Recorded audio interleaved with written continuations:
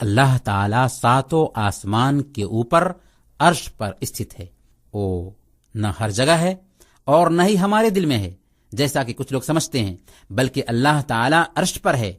قرآن کریم میں اللہ تعالی نے فرمایا ثم استوى علی العرش، پھر اللہ عرش پر قائم ہوا. یہ جملہ قرآن کریم میں 6 جگہ پر آیا ہے.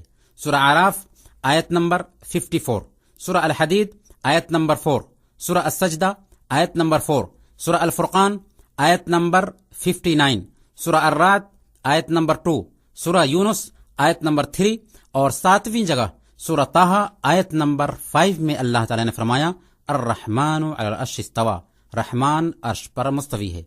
اور صحیح مسلم کی روایت ہے، اللہ کے رسول صلی اللہ علیہ وسلم نے ایک لونڈی کے ایمان کی جانچ کرنے کے لیے اس سے پوچھا این اللہ، اللہ کہاں ہے؟ تو اس نے جواب دیا فی السماء، اللہ آسمان میں ہے.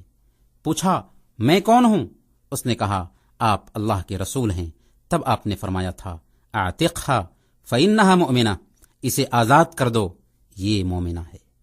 اس حدیث پر غور کیجیے اور آیت پر بھی غور کیجیے. مسئلہ کتنا اہم ہے کہ اللہ کے رسول صلی اللہ علیہ وسلم کسی عورت کے ایمان کو جانچنا چاہتے ہیں تو اس سے یہ سوال کرتے ہیں کہ اللہ کہاں ہے.